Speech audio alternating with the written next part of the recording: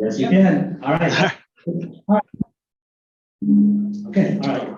Good. Welcome back, everybody. From the coffee break, we're going to go ahead and get started with session number 2. Thanks again to the speakers for session number 1. That was really fantastic. Really enjoyed that conversation.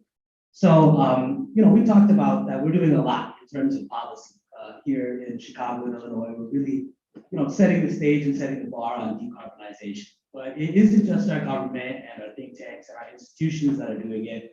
We have a lot of top-rate practitioners, a lot of top-rate engineers, architects, designers, really folks, developers, folks who work on excellent buildings. So our next track is going to focus a little bit on Chicago's best practices, really examples of things that we're doing right. So for this track, we're going to be moderated by our remote moderator here, Mr. Scott Farben. So I'm going to turn it over to you and let you take it away. Thank you, Scott. The floor is yours. All right. Thank you, everyone. And this is pretty awesome, being able to moderate a panel remotely. So thanks to IBIPSA and Chicago IBIPSA for making this happen. It means a lot to me to still be able to participate. So I'm Scott Farben. I am going to be moderating this session number 2. And I'm with Database Plus, a research-driven, human-centered design studio within DBHMS, traditionally speaking, an MEP design firm.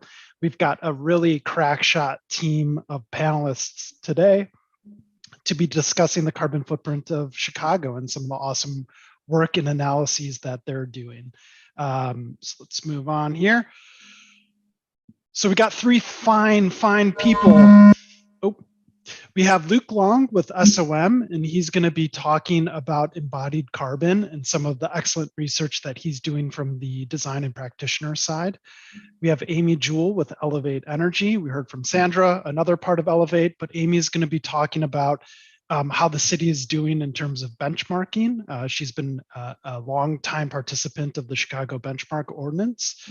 And then we have Ralph Muehlheisen with Argonne National Lab, and he's going to be talking about some of his fascinating research with the National Laboratory and how everything kind of comes together. We're talking about embodied carbon, we're talking about operational carbon, but what about the intersectionalities and the things that we leave out on a day-to-day basis that falls outside of the, maybe the umbrella of the building directly.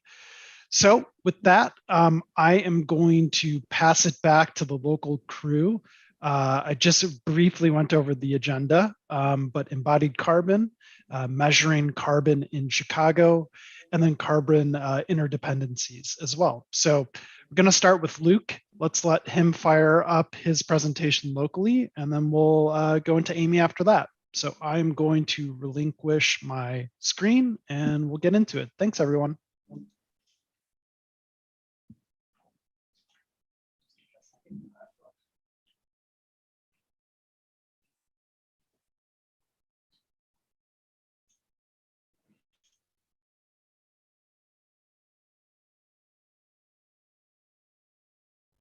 Can you hear me?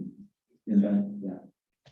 So while they are bringing up the slides, the discussion I'm going to have titled as embodied carbon, but it will actually touch on whole life carbon. So not only the embodied carbon of the building and structure, MEP embodied carbon also matters. Now this is kind of if you're not familiar with it, this is the EN 15978, and it has the whole life cycle. Embodied carbon is, as some of you know already, the A, B, and C module, right? Now, most of the time, what we see is A1 to A3 on a lot of the databases. So that is the cradle to the gate of manufacturing. And then you have the construction stage of bringing that material to your building. This A1 to A5 life cycle assessment talk about product stage and the product intensity of the construction. Now, oftentimes, if you compare material today, the data you have, oftentimes it's only A1 to A3. If you can get the rest of it, great. What about the MEP? Because that's kind of the missing link right now. You go out there, you find building material more, you find structural material more. The MEP on embodied carbon, cradle to gate. Different study, this one suggests cradle to gate is about 4 to 15% of the embodied carbon of the building. What if you can't include that whole life cycle? What happens if you include the life cycle? Because the MEP equipment need to be replaced, right? It doesn't last that long. The curtain wall may last longer. It might be 40, 50 years. MEP equipment, not so. So if you do that, what you find out is the gray is the MEP replacement. The red is upfront carbon. The point here is the MEP replacement carbon. Oftentimes, is more than your upfront carbon. Unlike architecture, you may not replace the entire building, right? But MEP equipment is 60 years, you most likely will replace some of the stuff. So if you include that, it's not 4 to 15%. The MEP equipment and body carbon could be 15 to up to 49%. Very simple, 4 to 15 times 2 or 3 to one of those numbers. So 4 times 3, 12, 15 times 3 is like 45, right? Because now you have to replace all this stuff. So these are different study. Later on, if you want, I can show you where we get these numbers from. But the point is, MEP and body carbon matters. So if you do your whole life cycle, you ignore it, you'll be off. In terms of the MEP, which one is more significant? The HVAC, the orange, is much more important than electrical and plumbing right now, significantly more. But the key here is, in the past, we do energy modeling. Now, if you do energy modeling, you optimize at the operational stage, like what you're seeing here. This is the whole spectrum of embodied carbon and operational carbon, plotted out in all possibilities. But if you optimize embodied carbon, you end up there. The point is, moving forward, we need to do whole life carbon studies to really optimize the building, because your extra embodied carbon in the envelope reduce the HVAC embodied carbon and the replacement cycle carbon and the refrigerant, right? Some study we saw filter. Well, it's like so small, why does it matter? Because you replace it so many times in the life cycle of 60 years. A study said filter is 60% of the replacement embodied of the AHU. So the point there is, if you focus just on operational carbon, you will completely miss on optimization. Finally, we did a study here, Chinatown Library worked with actually Argon Lab and use a lot of that data, and we work together to do that. Take the red line, you can actually get off the station and see that library. So this is how it looks like, a very small building. And this is the material we capture in the building. We count the amount of material and then multiply the kilogram CO2 equivalent per unit weight of the material.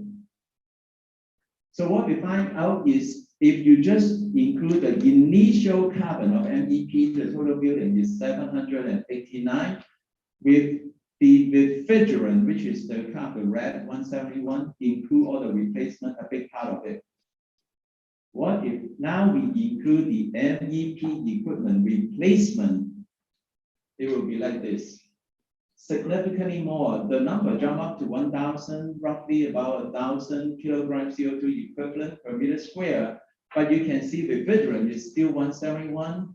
But now you have the replacement of the MEP upfront versus the MEP equipment replacement and all the refrigerant leakage and replacement.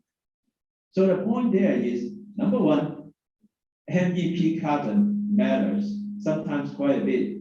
Number two, do the whole life cycle analysis. And don't forget the refrigerant is an important piece. Thank you. All right. My bad. One last slide is if you have a clean grid in the future, that's what happens between the embodied carbon and with refrigerant. Thanks.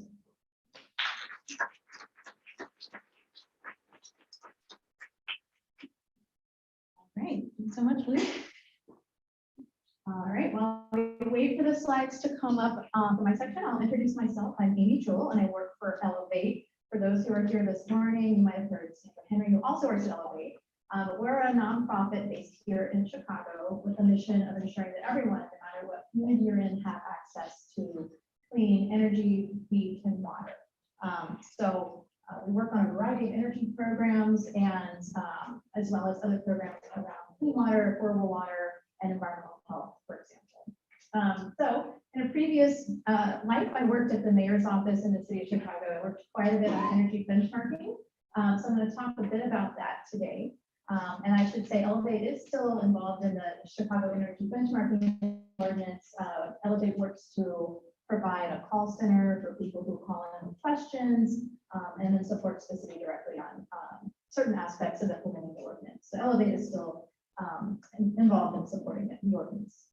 So today with this discussion is really focused on the operational carbon. So what is the impact of the building's energy use, mostly electricity and natural gas in Chicago throughout the lifetime of the building.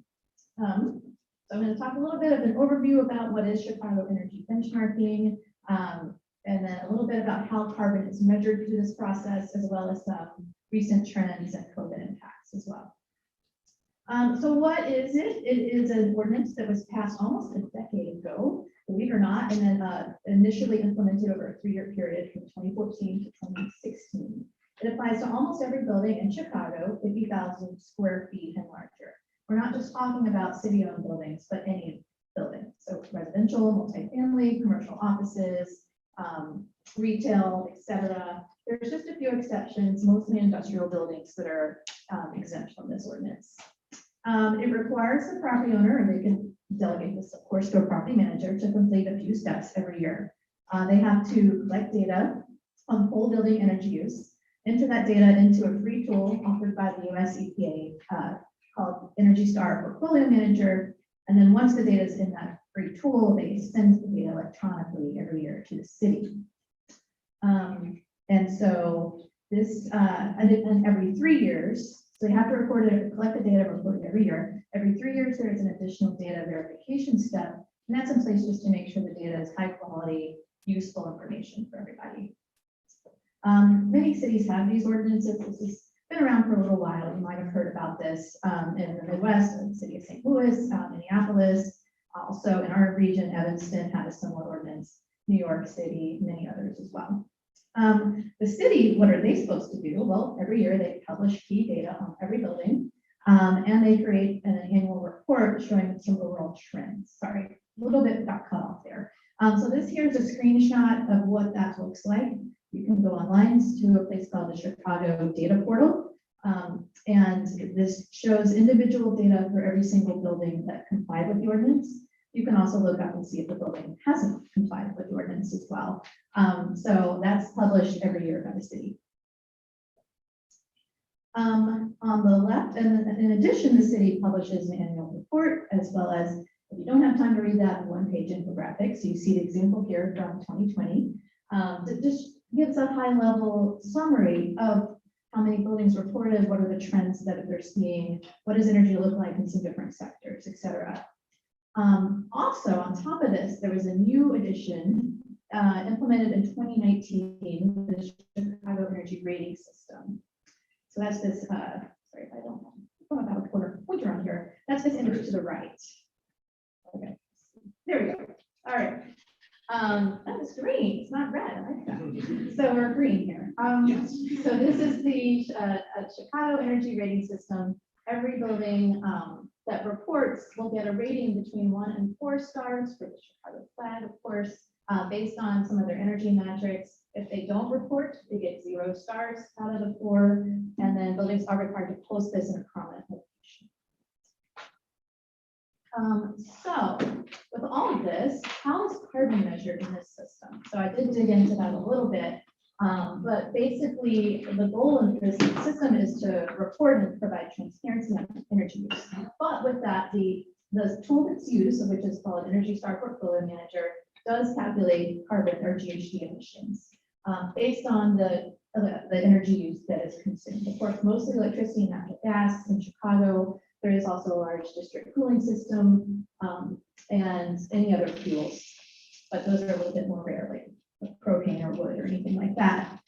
So the way it does this is it uses a regional emissions factor for electricity and then a standard emission factor for the natural gas that's consumed in the building to generate a summary of the carbon emissions, the GHG emissions. It does also include avoided emissions from purchasing green power. And so they have what they call either on-site or off-site green power. And if you purchase the off-site green power, that does lower your carbon emissions according to this tool.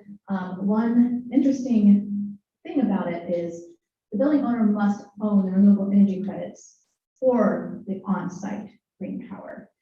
So in Chicago, that may not be the case, the way that the solar energy system is set up here.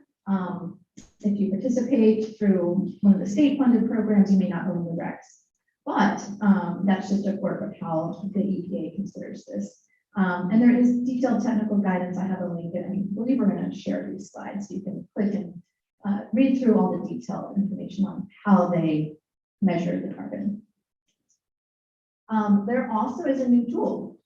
I haven't used it yet. It's pretty new, called the Energy Star Portfolio Manager Buildings Emissions Calculator. And it can basically, a building owner or property manager can go in and customize a few of the data points and then get a more customized, I'd say, view of their GHG emissions from the operational energy used in the building. So you can apply custom emission factors, as well as do other things to see if I improve efficiency, if I do this or that, how does it impact my total greenhouse gas emissions for my building.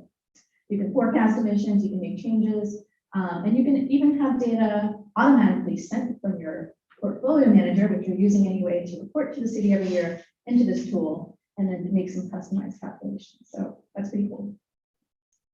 And so with that, I wanted to share a little bit on some recent trends. One thing I failed to mention is that there is a little bit of a time lag. So for us this year, it's 2022. Is that right? Thank you. All right. Last 2 years, same rate. So the deadline to report is June 1st. So we just passed it 3 weeks ago. And so the deadline is to report the previous year's data. So we're still getting and analyzing all the data reports from 2021. And this report is the most recent one available. It's the 2020 report. That was the reporting year in 2020 when the city received data on 2019. So there is a little bit of a lag. We don't yet have the 2021 report out when we got some data from 2020, but it's coming, hopefully soon. And so, like I said, the city does publish this annual information. You can Google Chicago Energy Benchmarking and hopefully get to the right website and download this report. And there's reports on every year going back to 2014 as well. And it does show some metrics on the GHG intensity, which is really looking at carbon emissions per square foot of space, building space. And this is trending in the right direction, meaning it is going down. Not yet published data does show that, of course, with COVID, that trend has increased.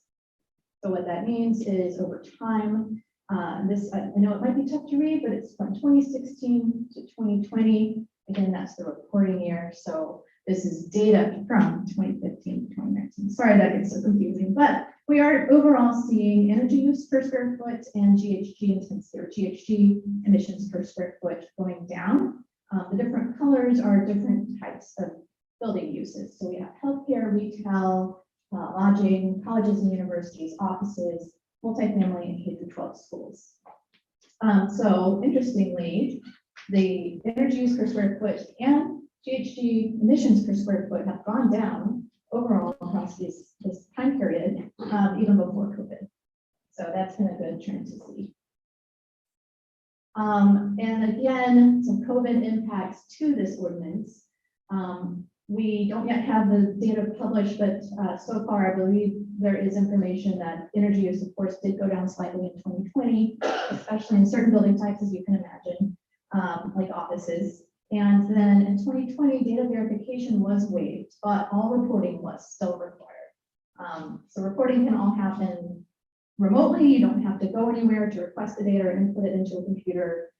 But the data verification does sometimes require someone to visit a building. So that was waived in 2020 only.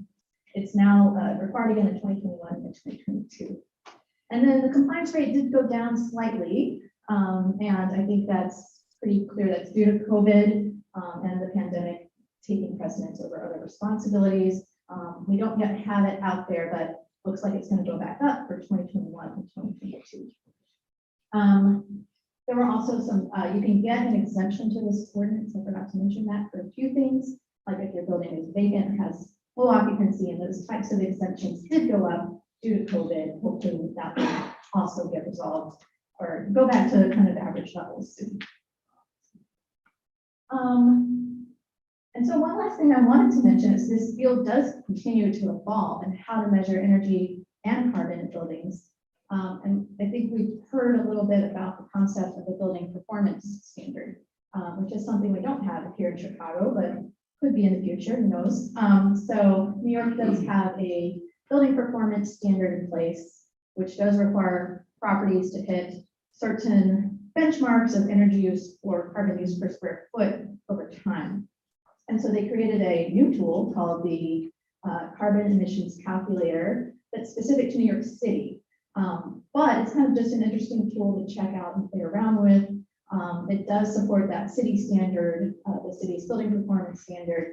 And again, it can be customized to understand the emissions per building. So it is an interesting calculator out there. And so just to see this field evolve, I don't know if it's something that can be used for Chicago building, but good to know that some of these tools are out there and continuing to be developed and evolving.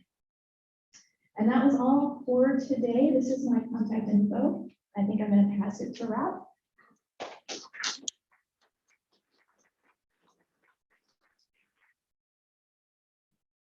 Thank you, Amy. While we're getting my slides up, I want to say thank you to all the conference organizers, particularly to Ajit, your wonderful host. He has been the driving force of making sure this happened. There was a large group of us with BIPSA Chicago who've been working on this, as he mentioned, for a while. We were planning on trying to do something before COVID. All throughout COVID, there was like, yeah, when things calm down, maybe we'll try to do it. And then finally, you know, as we sort of started turning the corner, it became obvious we really wanted to do something. And the focus changed from looking at some best practices in terms of energy efficiency and modeling to this idea of decarbonization. And I'm happy. I'm so happy to see where we've gone and how it's come. So when you get a chance to talk to Ajit, thank him personally when we get around to it. So I'm Ralph Muehleisen from Argonne National Lab. I'm the chief building scientist and the lead of the Buildings and Industrial Technology research group. So I don't run the facilities or work with the facilities group. I do R&D, or mostly for the Department of Energy. So I have colleagues within, you see, actually it says Energy and Infrastructure Systems Analysis Division. We just did a reorg. Our directorate, which is kind of like a college, changed names. The division that I was in, which used to be Energy System, changed names. But the work I do and my group does still goes on. I actually have other colleagues besides people I work with within my building industrial technology. There's a systems assessment center. Luke had mentioned working with Argonne. Actually, how Kai sitting over there was the one who worked on the LCA analysis along with Luke on that. So I guess we saw a version of this picture before, and I want to bring this up again. As we talk here about carbon and doing calculations for our buildings, calculations for our city, there's a couple things that I want to point out. I mean, we had already seen this, so we can break it into construction, embodied carbon that goes in through construction, operational, which is from the operations of the building. But as Luke just mentioned, we need to be really careful It's not just the energy that's used in minor replacements. We have an MEP on a building that's going to last for 100 years. That's not minor, that replacement, which you can say, well, it's kind of another body, but is it operational, is it body? That's part of the accounting that isn't clear. Then we do have the end of life, which we consider embodied. And when we look through here, we look through our construction and our operation and our end of life. Each of those sections, when I talk about the construction, I've got materials that extract the raw materials. We talked about that A1 through 3 and A1 through 5. And then, so we have an industry that's got a carbon footprint. That's part of that embodied carbon footprint. We have the transport of all those materials over to a factory. We have the factory, we got manufacturing that has a carbon footprint. But that carbon footprint isn't independent of all the other things. That manufacturing had a building, which has a carbon footprint. And that carbon footprint has other buildings, and it has other industries, and it has other energy. We go here to transport the site. So again, we've got transport. Those trucks had a building, had a carbon footprint that had energy going into making them. You can see we have a long chain. It's not an easy thing to do this calculation. There's an interdependency. My interdependency of figuring out my construction isn't independent of the grid and the energy use and all the technologies that go into it. So if I'm doing planning for today, and I'm looking here how we're going to have our 2045 footprint for our carbon footprint, what has happened to all those industries 10 years down the road, and 20 years down the road, and 30 years down the road? So for my building today, that's great. But if I'm trying to do planning when I'm going to get to carbon zero, this isn't as simple as just looking at what are the fractions today and saying I need to reduce, because we've got an interdependency. We go to operation. I've got my building operating, and I've got my replacements that Luke talked about, which again, in 10 years, will have a different carbon footprint from now. And my energy use will have a different carbon footprint. We're counting on that. But trying to project where that's going to be is not easy. And then end of life. I'm talking about a building that I hope to last 100 years. What's the end of life going to be with all those changes in the carbon? This is not a simple calculation. I guess the good news is Mother Nature doesn't care how we calculate. She just cares we reduce the carbon. But when it comes to doing policy, and when it comes to us thinking about how we're going to do design, how we calculate plays in highly to how the decisions we're going to make. So as we start looking at this, we can take a look. I'm going to break this down. There's lots of different ways to do it. I'm going to break it into 5 main categories of where our carbon footprints is. We have construction, everything that we use to actually build our buildings, build our cars, pull stuff out of the ground. We got transportation, moving things around, all our goods. We've got water. We haven't talked about water much at all, but water is not an insignificant player in all this. It's another resource we have to worry about. But the amount of energy that's used in treating water and doing wastewater treatment is not an insignificant source of some of our carbon emissions. We have our energy sector. This is the biggest one that we all think about. This is the one that we know how to fix. We know how today to make our grid green. We know how to do it affordably. We don't know how to do it affordably such that the existing companies that are all making money off the grid have an easy path for them to continue to make money or the same amount of money. But there isn't a question, there isn't a technological hurdle to doing this. There's a question of, okay, how do we integrate renewables and deal with fluctuations? That's all doable technology, and we know that things like batteries and other storage are going to make this easier. But we could do this today, and we could do it in a way that's affordable if we put our mind to it. The last one I want to mention is manufacturing. So let's go ahead here. If we think about our construction feeds into all these. I don't have a transportation system without construction feeding into it. I don't have a water system without construction. When we look here then at transportation, that feeds into all of these. All these other systems feed back in. I have to construct, I have to put water. We go ahead and there's an interconnection between all of these systems. And we finish up in sort of the core of this. So all these systems and the long-term energy and and carbon footprint is our energy system. So I want to talk about the interdependencies in 3 ways. So the first one is something I'm going to call dynamic dependencies. You can see a little graph that I am so glad you decided to put that up, Luke. That's where I'm starting. I'm then going to talk about a problem that really comes into thinking about how we count, and especially as we're trying to do our emissions for a city, as opposed to an individual building and seeing what my building's impact is. And it's the double, triple, quadruple counting. Because we can be scared off when we start adding things up and we add it up the wrong way. The last thing I want to do is talk about system interactions, about how things are not necessarily independent. And I don't mean interdependent in a way that I talk about the dynamic dependency. I'm going to talk about this specifically with the example of what happened or what we can think of happening with COVID and how it changed building use at the same time it changed transportation use. So let's start out with the idea of dynamic dependency. So Luke had this wonderful graph here where he showed that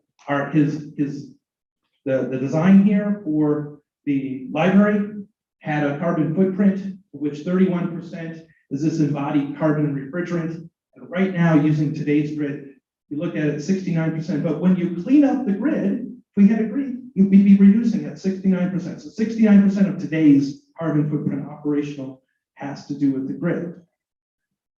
So cleaning up the grid, cleaning up one sector, energy, is our way to do a massive reduction in that ongoing carbon use of the building.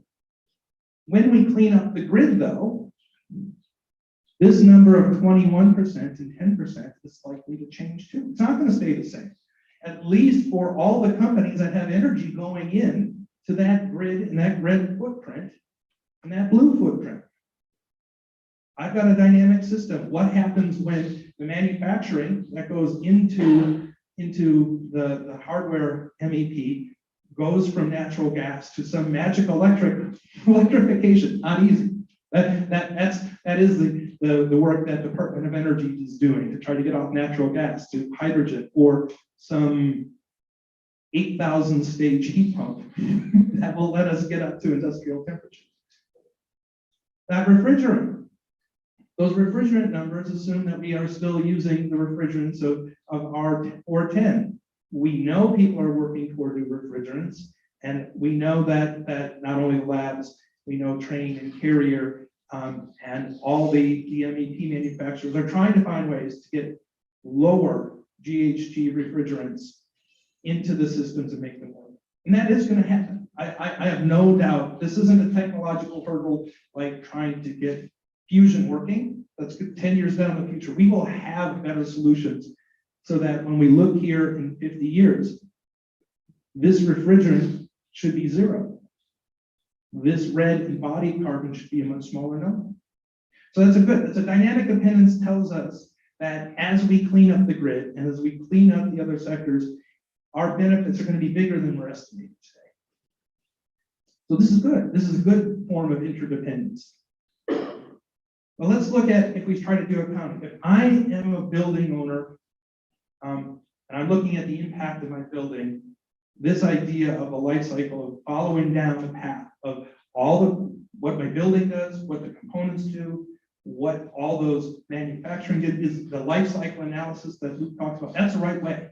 Because if I want to see my building's impact, and I'm putting a new building together, and I want to see that chain of where the interconnections are. So we go ahead and I got my building and I start looking here, I got my operation, but I start counting in how much of this is for construction. Part of it's from the transportation. Part of it's from the water. Part of it's from the electric grid.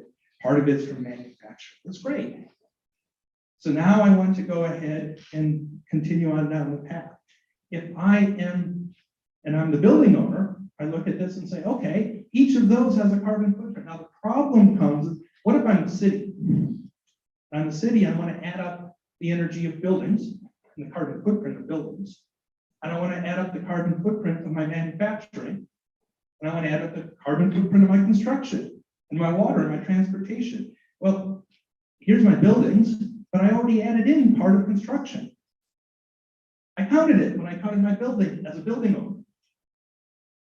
I counted part of the transportation when I was a building owner. So if I add up all the buildings and then I add up the transportation and the construction, maybe I'm double counted. But as we look at this and I start saying, okay, what's my footprint for my construction?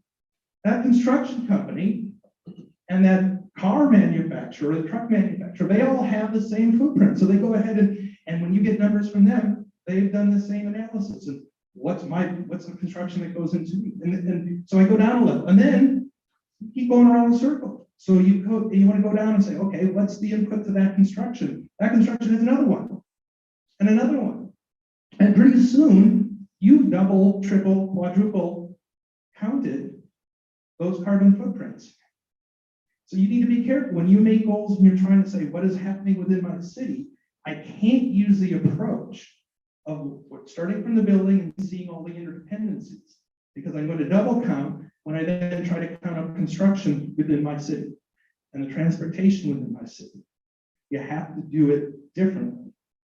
This is right for the building owner, and it just tells you how deep and interconnected systems are, but you can't do that from the city level. There's something called a sector-based approach that's being used. It's part of, you can see a graph very similar to this from C40, that the idea is I'm going to put a boundary on my city, and we talk about things at scope 1, scope 2, scope 3. I look at everything that happens within the boundaries, absolutely everything that's happening within my boundaries, in boundary transportation, industrial use, my fuel consumption, waste generated in agriculture, that's what I count. I have scope 2 where I want to include the grid supplied energy. Part of that may be done within my city boundary, but I include stuff that comes in. Scope 3 is things outside the city boundary. I only want to be careful about what is crossing out. If I have waste that's generated and disposed outside the city, that doesn't count as my carbon footprint. Somebody else's footprint, so that we don't double count. When we look here at the large transmission, the transportation outside the city, those don't count in trying to count my city. I mean, they're carbon footprints. Somebody counts them somewhere else. We don't want to double, triple, quadruple count. So the last thing that I want to talk about is this idea of system interactions. As we start looking here, for years, people have been touting the benefits of telecommuting. Let's not drive. Let's not commute.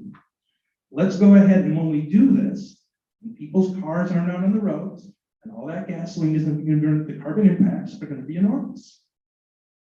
So people have been talking about how do we implement policy? How do we incentivize companies to do this? How do we even test this? Well, we had a wonderful, as economists would say, called a natural experiment that happened, and it was COVID. We didn't have to put together any policies. We didn't have to test. Everybody for a year, or not everybody, but most everybody stayed home. We were working from home.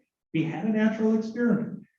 But the thing is, so the people went home, and if you went and asked the transportation people who were advocates of better commuting, telecommuting policy, said, look, we got a 10% reduction in our city. If you're looking in San Francisco, that doesn't have a large industry, but you have a lot of people who go a long ways. It's a 40% reduction in our transportation-related carbon footprint. This is wonderful. We had a perfect experiment. And they're right. But then the people aren't in their offices and they're at home. And many of those offices were still running. And many of those offices were actually using more energy, at least in the case of COVID, because they were cranking up their ventilation rates. So the offices did not have an energy reduction. Okay, transportation and carbon footprint associated with it. So the offices didn't see a carbon footprint reduction. Transportation did. Where's everybody working now? They're working at home. They're working at home where their air conditioning system is a lower efficiency. Maybe they have window units, which are really lower efficiency. They're sitting at home where they have a hot water system heating I live in Oak Park, so yes, my community's gonna be way ahead, but my house has window units because I've got hot water electric baseboard heat. And my boiler is 35 years old. I have a replacement coming up very soon. And my guess is right now it's probably only operating 60% efficiency. It's 35 years old, 87.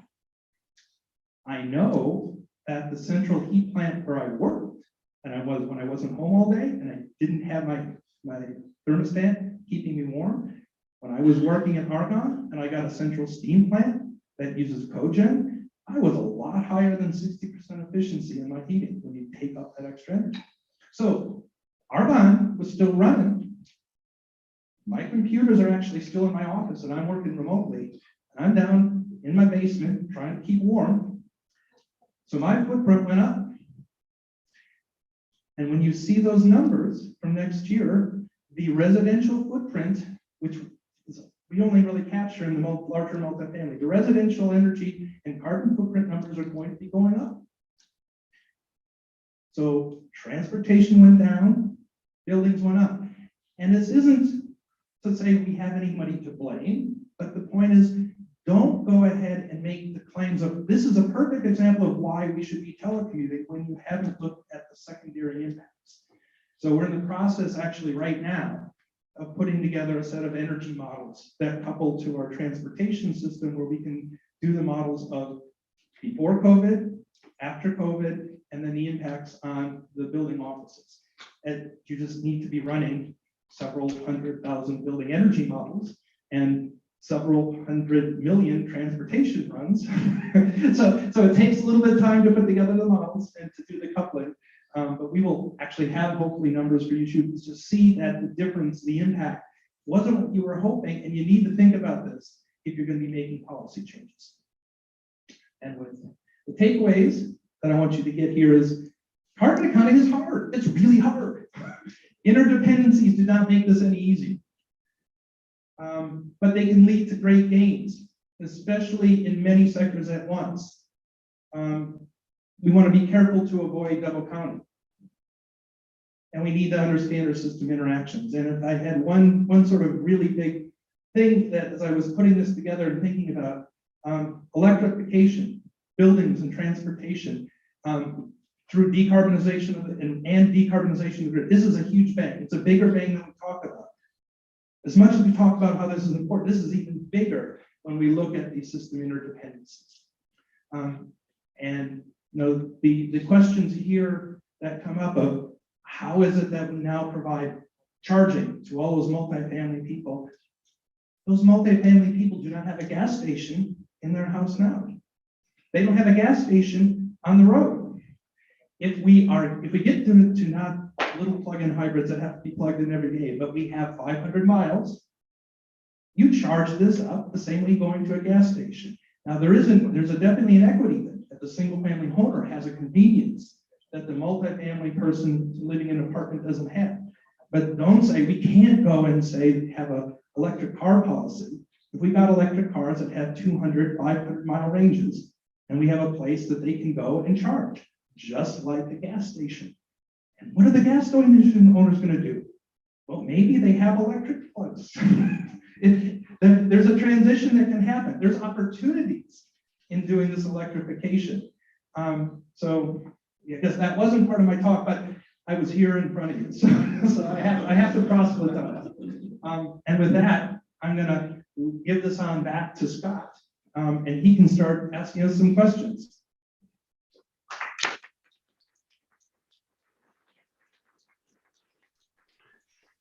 Thanks, Ralph.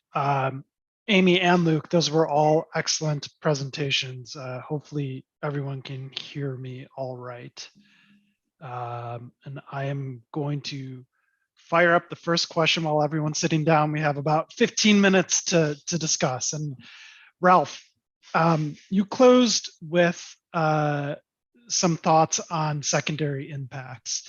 And I have a question that kind of dovetails from there. So as cooling becomes more accessible, it's obviously reaching more locations that didn't have it before.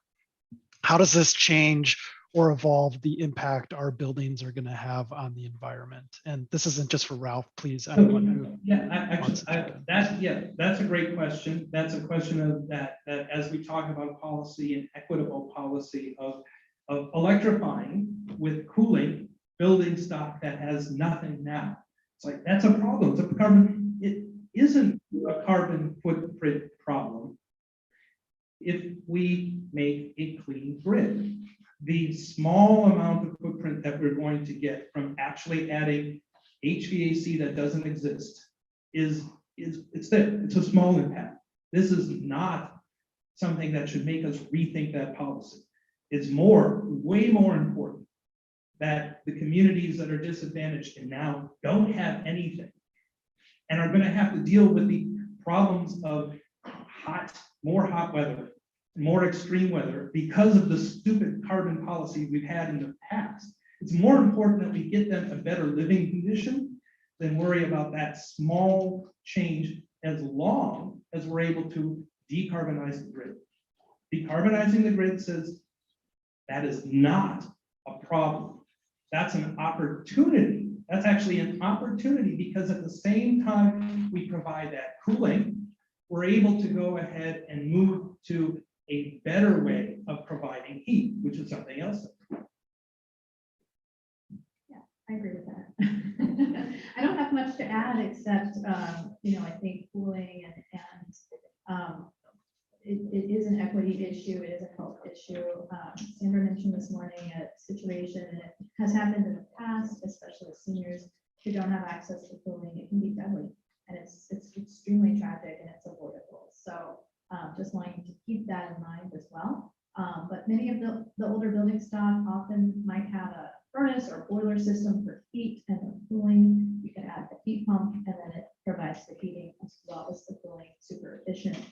So you're improving outcomes and health outcomes and quality of life in an efficient way. So I don't think we should shy away from doing that. Well, in fact, we should prioritize electrification, but also focus on the less fortunate. Just like one of the companies, some of you know that, and I have no relationship with them, Block Power from New York City, supported by DOE funding. They actually target on the low-income family to electrify that. So we can have the cake and eat it too. This is for Luke, and it's coming off this first question, where if we are adding more cooling, especially to places that didn't have it before, you touched a bit on the impact that refrigerant can have on greenhouse gas emissions. Could you talk a little bit more about the considerations we need to be thinking about now as more cooling comes online, not just for places that don't have it, but for new buildings that are being designed, and what you had seen out of Chinatown Library? So I'm going to start really big. Think about the world. What do we need? We're going to have, by the year 2060, well, close to 10 billion people, and two times the amount of built area we need today. So this global problem, we need to focus on how to solve it. How to solve it is not necessarily put in the biggest AC unit in the house, but probably for those engineers, try to think about the low entropy solution. That's why you study the whole life carbon and try to understand what are the measures that minimize it. Oftentimes it's a passive design, right? X-ray is not thinking about, adaptive comfort, but X-ray is thinking about dynamic thermal comfort. The idea that maybe human beings, our core temperature keep changing throughout the day. Maybe we should design not a one temperature fit all day and night, but vary with the needs of the human through a dynamic. So the idea is less think passive, low entropy. I'm an engineer. That's why I said that. And then go to active. And like Ralph pointed out, very good that we need to focus on refrigerant. We're talking about benchmarking of carbon. We should benchmark refrigerant, how much we are leaking. GSA last year, 15% of the carbon emission is from refrigerant. Well, how about your home? How about my home? How about this building here? Do we know that number? Anybody know the number? Why don't we know the number? So yes, we need to reduce the quantity of refrigerant through passive design and also reduce the type of refrigerant to minimize the GWP. Australia, the building we are working on, the engineers commit to GWP of less than 10. That's the direction we're going, quantity and quality.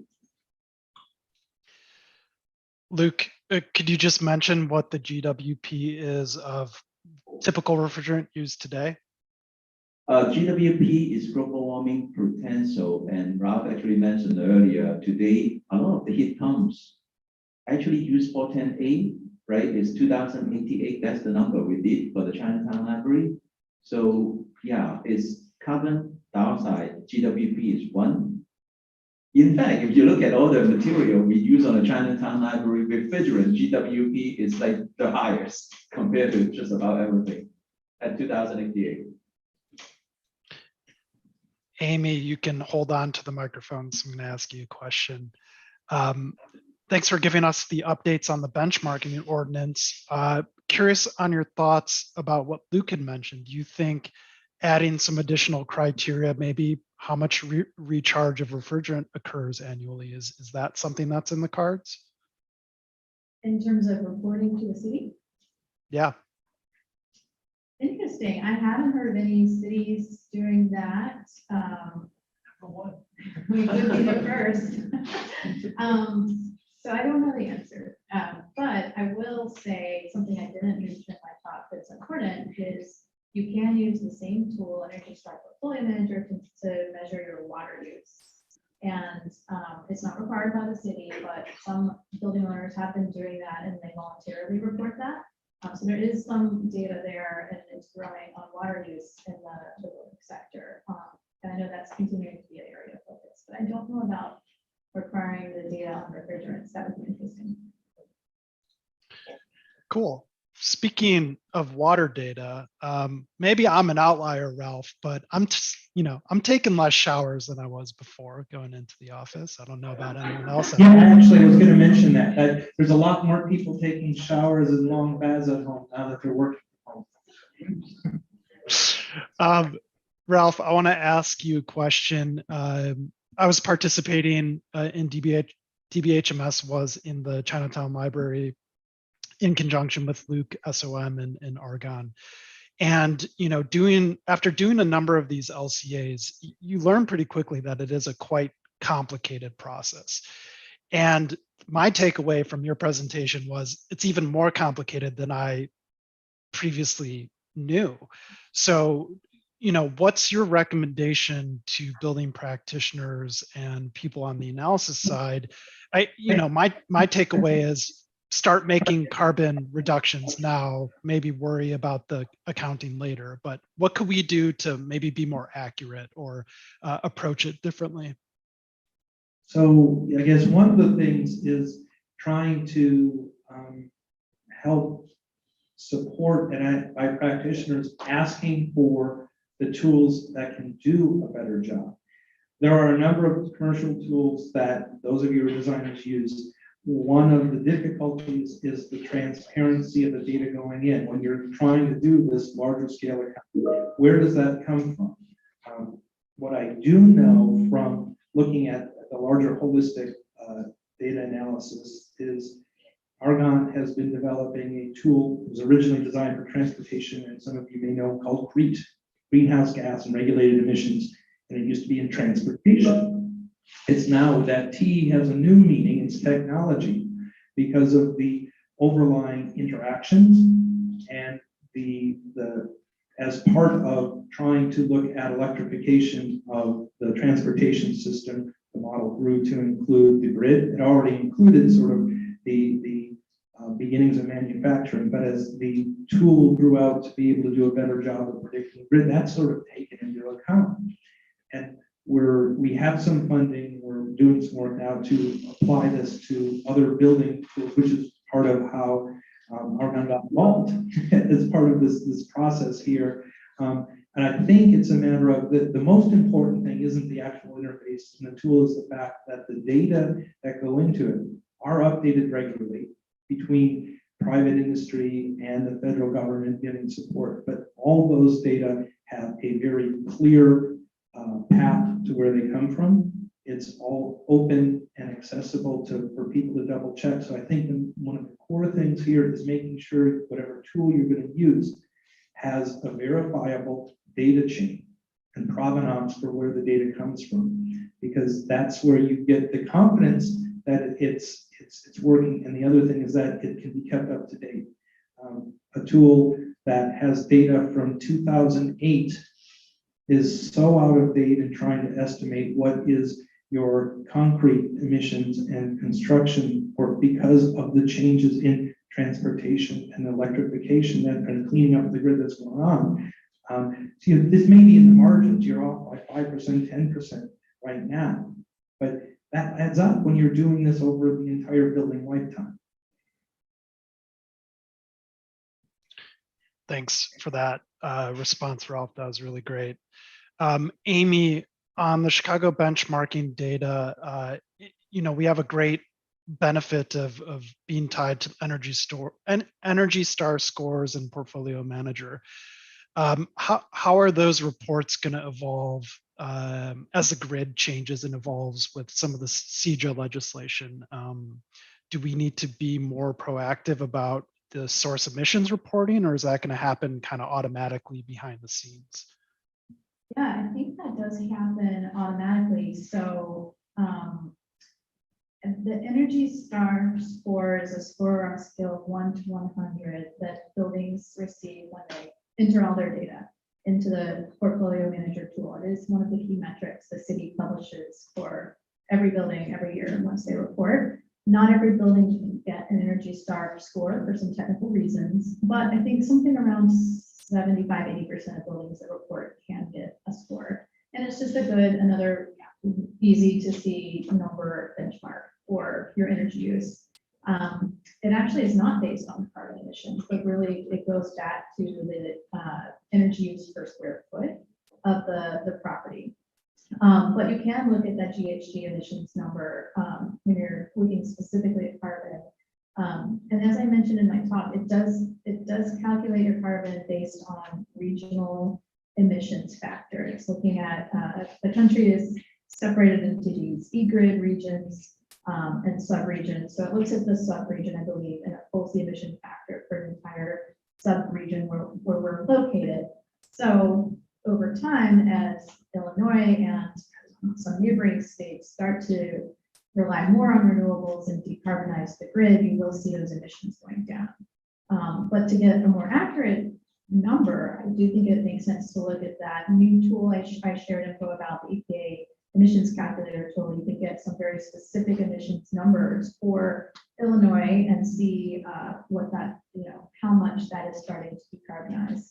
But I also mentioned the trend where we did see GHG emissions per square foot going down from 2015 to 2019. I think that is because we're starting to see more renewables coming online on the grid. But I believe that's one of the reasons why. So we should see those numbers continue to go down over time as the grid continues to be decarbonized. Awesome. Well, I can probably ask questions for another couple hours, but I can't see the audience. Ajit, is there any questions in the audience you want to field for a couple minutes? Questions? We've got several hands up here, so let's start out right here, and we'll go around the room. Okay, my question is, when do you guys think buildings and transportation will be balanced? Because I know Rob showed the image of like buildings and transportation like a balance beam type of situation. So yeah, my image there was supposed to suggest that in the case of a telecommuting policy, decreasing one could lead to an increase in the other. Your question though, in terms of when we look at a larger global scale, where is the biggest impact? That even that accounting is still not clear today, depending upon who's decided to do the study. You can see industry is the biggest polluter. You can see commercial and residential buildings is the biggest carbon polluter. You can see the transportation system is the biggest carbon polluter. And it isn't even clear as we do the electrification, which one's going to be dropping faster because it really depends upon the adoption rate of things like electric vehicles. What we do know, and this was even brought up earlier, that Andrew had mentioned here, his biggest scare isn't cars and light trucks, it's heavy trucks. What do you do for the transportation industry? Because we know that electrification of that is a really difficult process. So, I mean, there's lots of research going on as to, okay, can we develop the super new generation of battery that is literally 5 times higher power density at a lower cost? Maybe the answer is actually hydrogen. If we can find new ways to actually store it, not just trying to compressed hydrogen, it is seriously a possibility for aircraft and marine vehicles to be moving to hydrogen as the core fuel and away from fossil-based fuels and not looking to do electric. I think the basic consensus is we can do electric for much of the transportation. So when we get to transportation, we can take the low-hanging fruit, the light bulbs that we had for houses for trying to do energy efficiency is electrification of cars. The hard part is going to be the trucks and the planes and the trains. And it isn't clear when that's going to happen. So I think we can get a fast hit on transportation, even faster than we can get the rest of the core part of the buildings down. But the quicker win in all of this is decarbonization of the grid. When we do that, our buildings magically become, at least in terms of on my year-to-year thing, 80% better. It's an immediate quick win. We don't have to wait for all of the buildings to electrify to see the impacts. Exactly. Yeah, I don't have much to add, but I did want to add 2 quick things. I think it came up in the earlier session this morning about multifamily buildings. It's really hard to get enough EV chargers in there. I agree, but the city of Chicago does have an EV ready ordinance. It passed in April 2020, so you might have been preoccupied at the time. You might not have seen it.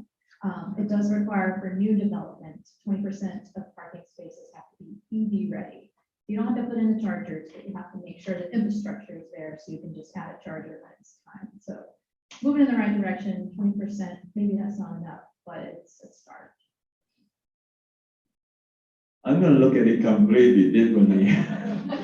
So if you think about balance as in how dense we build a building versus, because if dense are less travel versus, if it's less dense, a lot more travel. I mean, you can think of El Paso, Texas versus Manhattan.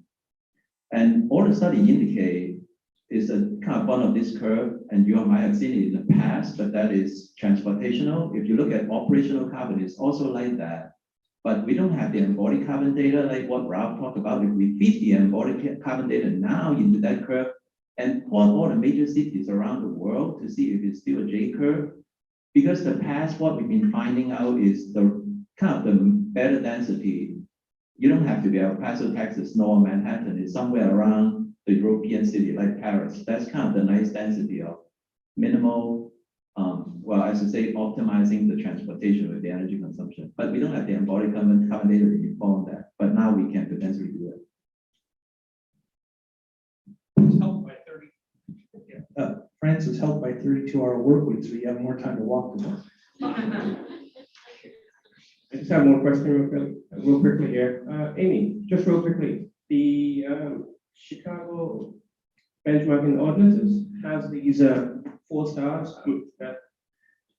I haven't seen any of those published in buildings yet, and I was wondering if you could provide some information on when those might be mandated. Got it. Yeah, the energy rating system. Right. Yep. So every building is issued a placard, and it is required to be posted in a prominent location. I think because it rolled out 2019 to 2020, there was probably some delays. I just saw one the other day, but if you walk around, you might start seeing a few more of them, but you may not see them on every building that should have one. So I think it has been tough to enforce that as well. But I think if you see a large building that should have one of those posted and you don't see it, it might be worth calling the property manager or landlord if you can, and ask about it. So that is a requirement now.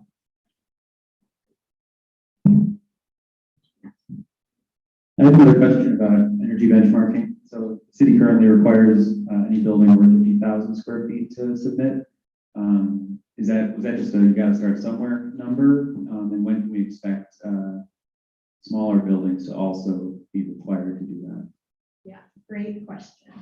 I think at the time the ordinance was developed almost 10 years ago, it was meant to be a level where you do have to put in a little bit of effort to do the benchmarking every year. It is a little bit of work, and so they didn't want to overburden any of the smaller building owners, mom and pop businesses, etc. I think other cities have levels all over the place, down to the smallest I think I saw was 10,000 square feet, maybe for municipal or city-owned buildings, but yeah, there are different thresholds there. I don't know if there's a conversation about lowering that threshold currently, but I think that's something the city could consider. There are some buildings that are smaller that voluntarily report. So that if you have a whole portfolio of buildings, it might be easier just to enter the data for all of them and hit send, and then some of those do go to the city. So there is a small number of those that voluntarily report every year, and I'm sure many building owners can get value if they have a smaller building below that threshold, and they still choose to benchmark. So that's certainly encouraged as well. Hi, I'm actually going to speak a little bit later. I'm working for Google now, and we're going to speak a little bit about sort of the carbon-free energy and what we're trying to do from that perspective. And we are working on electrification in the full scale. But we have a very unique scenario where we can actually source alternative energy within the grids in which we operate. And so I know we've spent a lot of time talking about like the possibility of electrification, but that requires grid decarbonization. We talk a lot about grid decarbonization. And so I'd love to get your thoughts on what some of the solutions are on that front, given that that's something that's quite out of the control, I think, of a lot of organizations that maybe could electrify, but that wouldn't help solve their emissions problem unless grid decarbonization happens. So love your thoughts on sort of the next steps to move those needles forward from policy side. I'm the one holding the mic, but well, CETA will certainly start to address that, and as that we see future goals for renewable energy come and decarbonization comes to play over the next few decades. You know, I think an individual building owner could look at the possibility of on-site or off-site green energy, and see if that makes sense for them. It may not make sense to everyone, but there are, you know, options there as well. For Illinois, we have a program called Illinois Solar for All, which is intended to provide solar energy for those who might not have access to it. So communities that have experienced disinvestment or incomes and things like that, as well as nonprofits and city-owned or municipal buildings. So those are all options out there. But I might not have addressed your key question there on decarbonizing. So, you know, one of the, I think the answers, the way I look at this, really does depend upon the size and nature of your company and building. For single family owners and owners of small rental units, duplexes and quads and things like that, solar and most buildings is on-site solar is something that can produce an awful lot of your own green power. It would be, in this case, it's not a question of both technology and even cost over the lifetime. It's the financing. How does somebody who doesn't have the resources get started in that?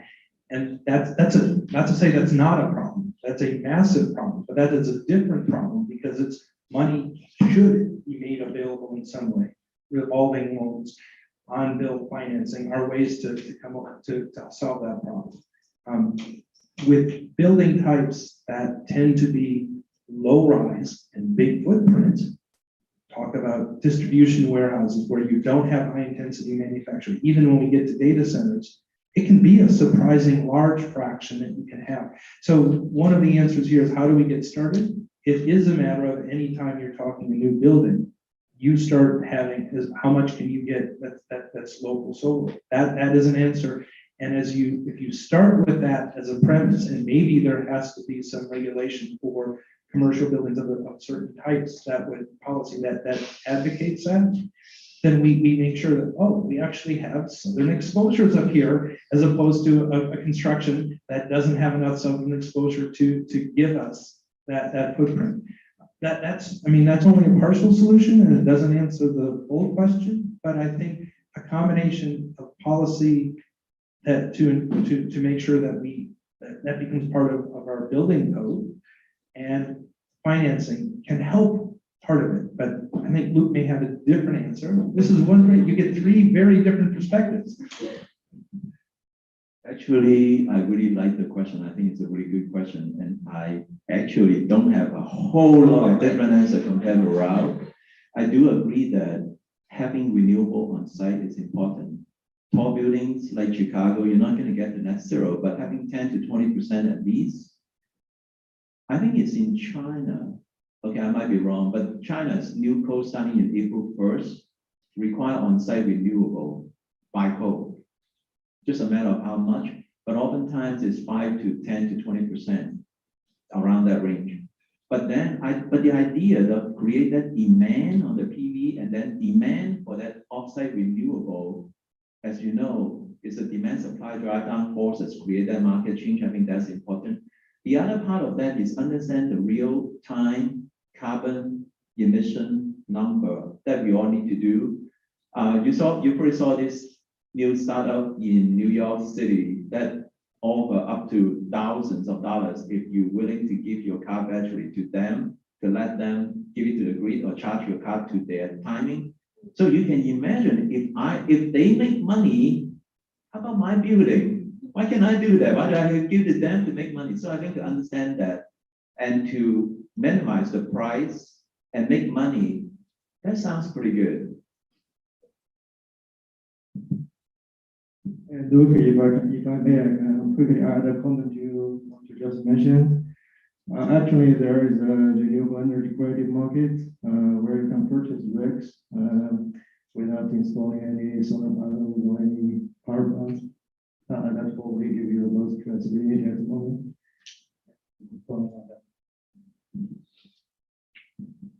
Okay, do we have any other questions from the audience here? All right, we got a little bit more time, so I'm gonna kick it back to you for a couple more questions, and then we can take a break a little bit early for lunch since we've got our coffee break short by 10 minutes. Sure thing. This one is for Luke. Going off some of the life cycle carbon assessment result options, we seem to be hyper focused on the first one, greenhouse gas emissions, but there's 5 other parameters there. Can you talk a little bit about those and what those might mean to all of us in the room? Yeah, I mean, currently we all focus on carbon, right? 40 years ago, as rate for many of us with the oil prices, everybody's focused on operational energy. Right now, we're shifting the focus on carbon. But I was really interested in one of the buildings in Australia. What they did was, for those who know DPD, which have 7 parameters. One of them is climate related, which is carbon related. But the 6 parameters are not, right? So what they did is in that study, they did a whole building EPD to understand not just carbon, but holistically every single environmental parameter, how that impact the building. Because we may find out sometime in the future, oh, what were we thinking? We're just thinking about carbon. And back then we forget about this, and this becomes worse now. Why do I say that? Is you probably saw some of the research study from UK and Canada start suggesting that ground source heat pump brake systems save a lot of energy, save a lot of carbon, but it has other environmental impact that is much worse than the conventional system. Now, I'm not saying that to tell you not to use ground source heat pump. I use ground source heat pump a lot too. But we should start understanding the other parameters and not wake up 20, 30 years from now and say, hey, wait a minute, why did we not think about that like 10 years ago?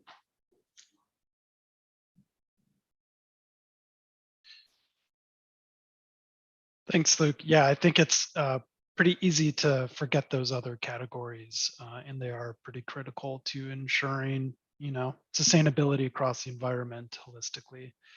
I have maybe a hard to answer question, and that's okay if there isn't a response, but kind of start with Amy maybe in regards to policy.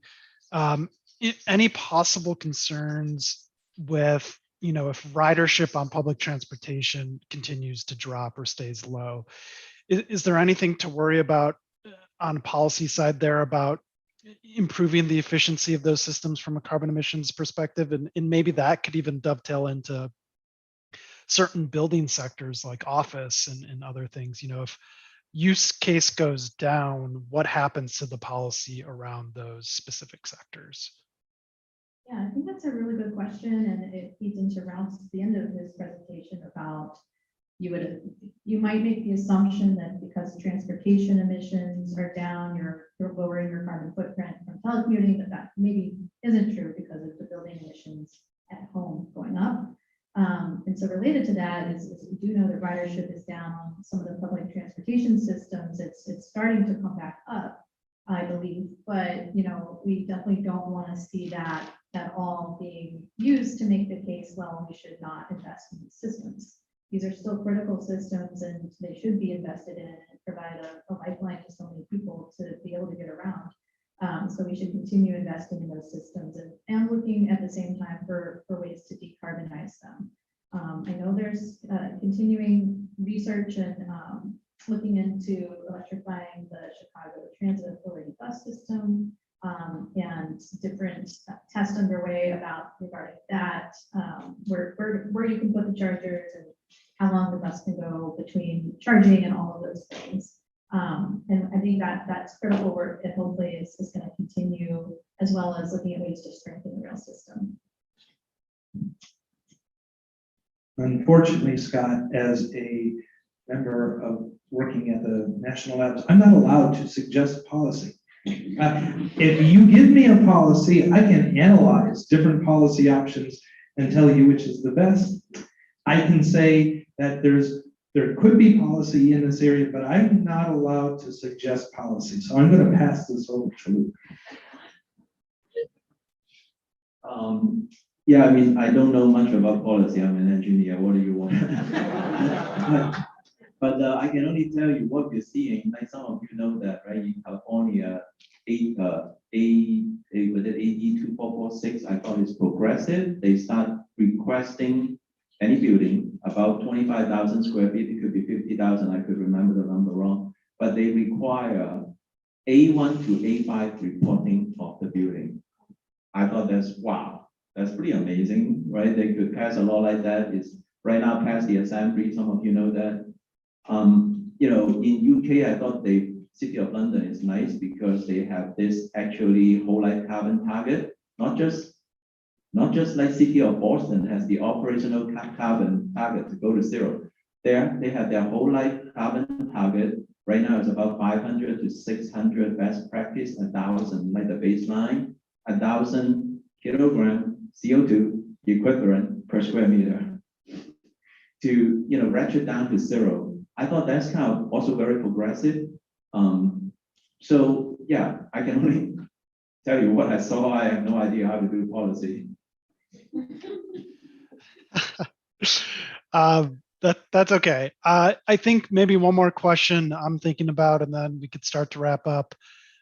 Luke, coming out of the pretty intense study, the LCA study on Chinatown Library, and some of the other work you're doing with MEP 2040, are you excited about any new systems? Or are you looking?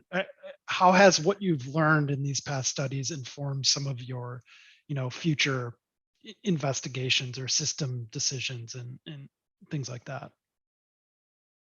Yeah, by the way, the Chinatown Library numbers you saw today, we actually treat the MEPPs to address some of the issues we want to talk about on replacement.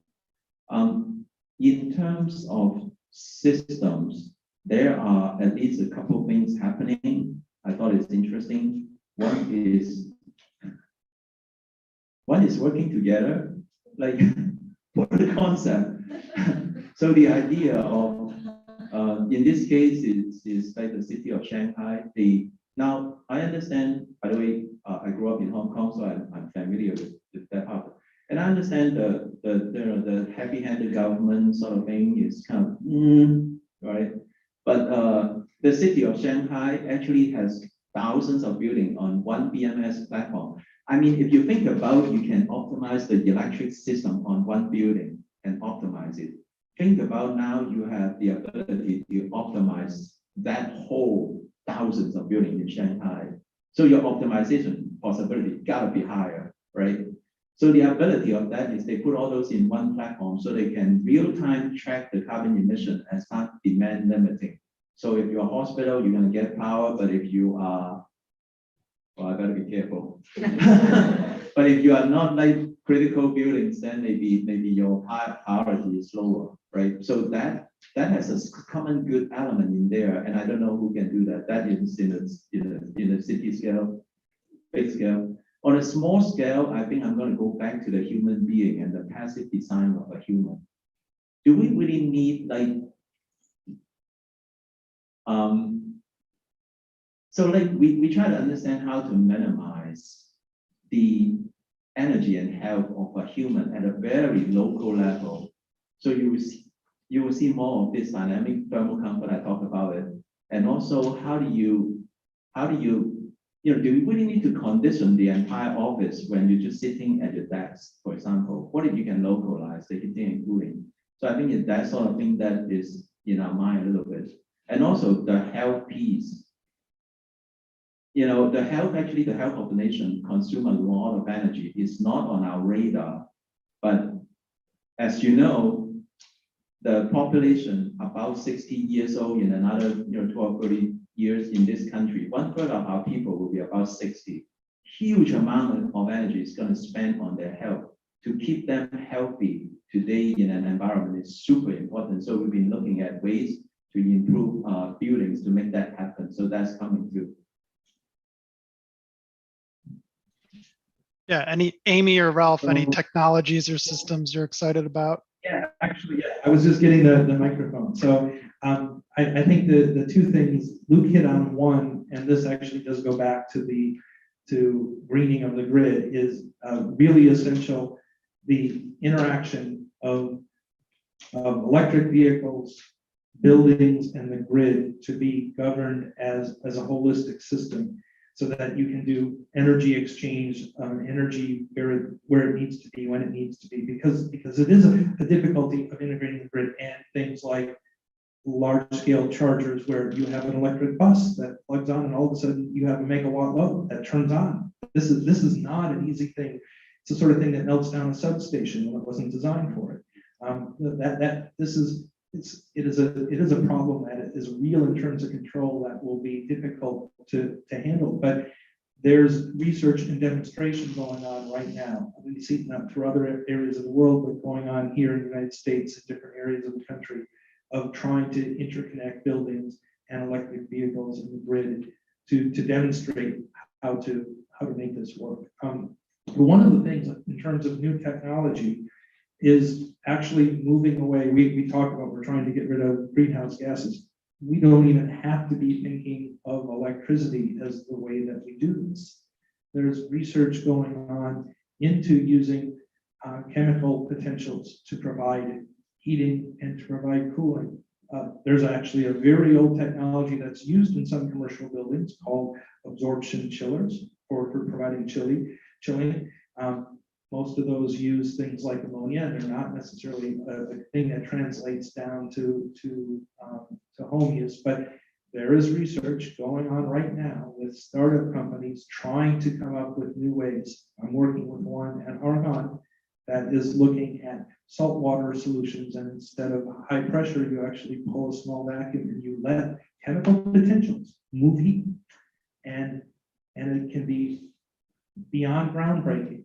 It was actually being developed originally for trying to do water desalination in sub-Saharan Africa, and it looks like the quick win, both in terms of market and application, is in refrigeration for supermarkets, where we have massive, massive amounts of refrigerant leak and a problem that's really hard to solve from a greenhouse gas. So that's where the target's going. But something here that you can have a backpack with cooling, because you have a chemical potential, it's rethinking how we move heat and deal with heat. That could be a really great breakthrough. I just want to add two new technologies that we are considering. There's a project we are doing called Urban Sequoia, looking at how buildings can be like Sequoia to sequence the carbon. Two specific technology. Number one is carbon capture, building level. We are considering one building in New York City to do that. The other one is this, we call it kind of a vegetable farm thing, kind of like an LG system that developed in the building to create fuel oil for like Ralph talked about, not so much the building, but maybe the bigger trucks and some of those not able to convert to electricity yet. So if you want to, you can look at the Urban Sequoia concept. Oh, and also the entire building is not the entire building, but majority of the material we use in the building will be bio-based. Wow, that's fascinating. When you come back after lunch, you will hear about another technology that is carbon reduction or even possibly carbon sequestration. I don't have much to add, but on this topic, perhaps this is stating the obvious, but I think the conversation certainly is going to be in the future. As we're adding load to electrified transportation, if you're adding cooling, if you're electrifying heating, obviously that's a lot more load on the system. So how do you upgrade and design your system, and how do you manage that load? So that's obviously going to be the conversation we need to keep having. And then of course, how do you do that in an equitable way, so you're not leaving certain communities behind? So again, that's just at a high level, I think, where we need to keep going with these conversations. Awesome. I think I would like to wrap up with one final question, and it's coming off of something Luke mentioned about health and wellness. I would say maybe pre-pandemic indoor air quality was important. Ventilation, indoor air quality is certainly important, but it typically got trumped by the extra energy required to supply that higher indoor air quality. Looking at that through the lens of carbon emissions too, are we able to justify that? Do we put a priority on health and wellness over energy efficiency? Yeah, I cannot hear the question very clearly, but I think it's about justification of health and wellness with energy. And I think we can do both. You probably saw it already, right? The world is rapidly changing. What is changing? WHO, World Health Organization, just come out last year saying the healthy PM 2.5 level for human breathing is 5 micrograms per cubic meter average in a year. Some of you look at me like, what are you talking about? Basically, is the particulates in the air cannot more than certain volume, and that volume is worse or less than the ambient volume in Chicago. There's only like a few cities in the world can achieve that. So the point is, there's new health center coming up from World Health Organization. Just look at not only other countries, the GSA, for those who work in government building, design government building, the new P100 GSA standard require mercury filter on all recirculation air, right? Now, to Ralph's point earlier on in the pandemic, we think we're going to have to increase a lot of outside air. But subsequently, we also find out that if you have MERV 13 filter, continue to go through a MERV 13 filter, you can actually approach on a particulate level to equivalent to clean outdoor air. So what's the point? The point is, this thing is not going away. In order to, the health and the energy nexus is real. If we don't protect our people, we're going to spend a lot more energy in the future to fix that. So, can you hear me? Mute it. No. I guess that means it's time for lunch. Time for lunch. Oh, okay. So anyway, we are looking at we are looking at, again, new standards to actually, when I say we as in is now looking at new standards to improve the air quality and the indoor environment. That is rapidly coming and changing the way we think about it. In UK, the new buildings has to be able to accommodate HEPA filter. Now, you do not have to put them in all the time, but when the environment requests that, you have to be able to put them in against PM 2.5 level required by WHO, wildfire, and all the other issues around the world that different cities are facing. So all those stuff are coming, but you do not have to take, you can have the cake and eat it too. If you have like a MERV 13 filter as a baseline, your energy consumption may not be significantly increased, but you can still achieve a good air quality. So we're looking for those happy medium in many of these things, so that we can have we can have the cake and eat it too. I think we're out of time. I don't have much to add, so. And since we can end on cake and eating it too, I think we should all head to lunch. Thanks, everyone.